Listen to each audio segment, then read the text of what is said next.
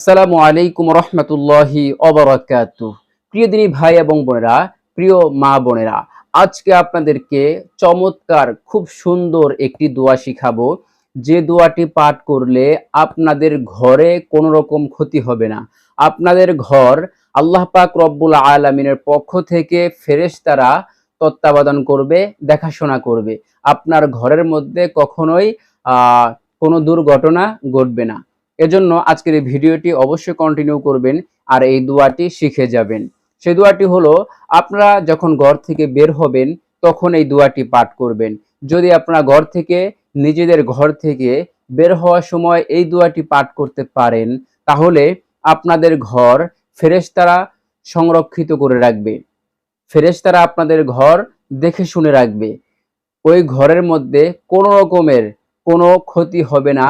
ওই ঘরের মধ্যে কোনো রকমের কোনো খারাপ জিন কোনো ক্ষতি করতে পারবে না, এবং কোনো রকমের কোনো দুর্ঘটনাও ঘটবে না ওই ঘরের মধ্যে। যদি আপনারা ঘর থেকে বের হওয়ার সময় ছোট্ট দোয়াটি পাঠ করে আপনারা বের হন। তো এখনই আমি আপনাদেরকে সেই দোয়াটি বলে দিব, আপনারা সুন্দরভাবে মুখস্থ করে নেবেন। আমি ভিডিওর স্ক্রিনে সুন্দরভাবে লিখে দিচ্ছি। তো চলুন সেই দোয়াটি আমরা এখনই শুরু করে দেই। তো সেই দোয়াটি হলো, ভিডিওর স্ক্রিনে লিখে দেওয়া আছে, আপনারা দেখে দেখে মুখস্থ করে নেবেন, অথবা আমারটা শুনে শুনেও আপনারা মুখস্থ করতে পারেন। তো সেই দোয়াটি হলো, বিসমিল্লাহি তাওয়াক্কালতু আলাল্লাহি লা হাওলা ওয়ালা কুওয়াতা ইল্লা বিল্লাহ। এটাই হলো ঘর থেকে বের হওয়ার দোয়া। এই দোয়াটি যদি আপনি ঘর থেকে বের হওয়ার সময় আপনি যদি পাঠ করেন, তাহলে কিন্তু আপনার ঘর সংরক্ষিত থাকবে, আল্লাহ পাক রব্বুল আলামিনের হেফাজতে থাকবে। আপনার ঘরে কোনো রকমের কোনো ক্ষতি হবে না ইনশাআল্লাহ। তো দোয়াটি আমি আবারও বলে দিচ্ছি, ভিডিওর স্ক্রিনে লিখে দেওয়া আছে, বিসমিল্লাহি তাওয়াক্কালতু আলাল্লাহি লা হাওলা ওয়ালা কুওয়াতা ইল্লা বিল্লাহ।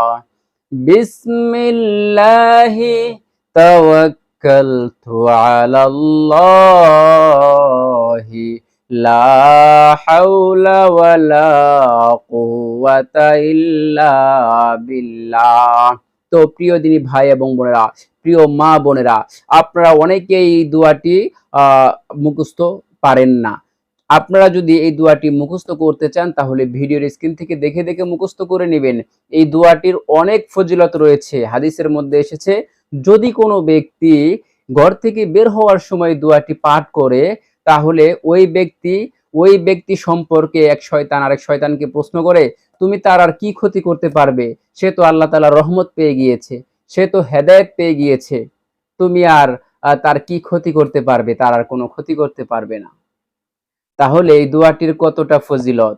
ওই ঘরের মধ্যে কোনো রকমের কোনো দুর্ঘটনা ঘটবে না, ওই ঘরের মধ্যে কোনো রকমের কোনো সমস্যা হবে না, আপনি যদি শুধুমাত্র এই দোয়াটি পাঠ করে ঘর থেকে বের হন।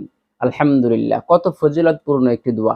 তো অবশ্যই আপনারা এই দোয়াটি মুখস্থ করে ঘর থেকে বের হওয়ার সময় দোয়াটি পাঠ করবেন। ইনশাআল্লাহ আপনারা আপদ বিপদ থেকে হেফাজতে থাকতে পারবেন, আপনারও কোনো ক্ষতি হবে না। আপনি ঘর থেকে বের হবেন, ঘরে ফিরে আসা পর্যন্ত আপনারও কোনো ক্ষতি হবে না, আপনাকেও কেউ কোনো ক্ষতি করতে পারবে না। জিন শয়তানেও ক্ষতি করতে পারবে না, কোনো মানব শয়তানেও ক্ষতি করতে পারবে না, কোনো দুর্ঘটনাও আপনার সাথে হবে না ইনশাআল্লাহ। তো প্রিয় দিনী ভাই এবং বোনেরা, আর কথা দীর্ঘায়িত করব না। দোয়াটি যদি আপনারা শিখতে চান, ভিডিওর স্ক্রিন থেকে দেখে দেখে মুখস্থ করে নেবেন।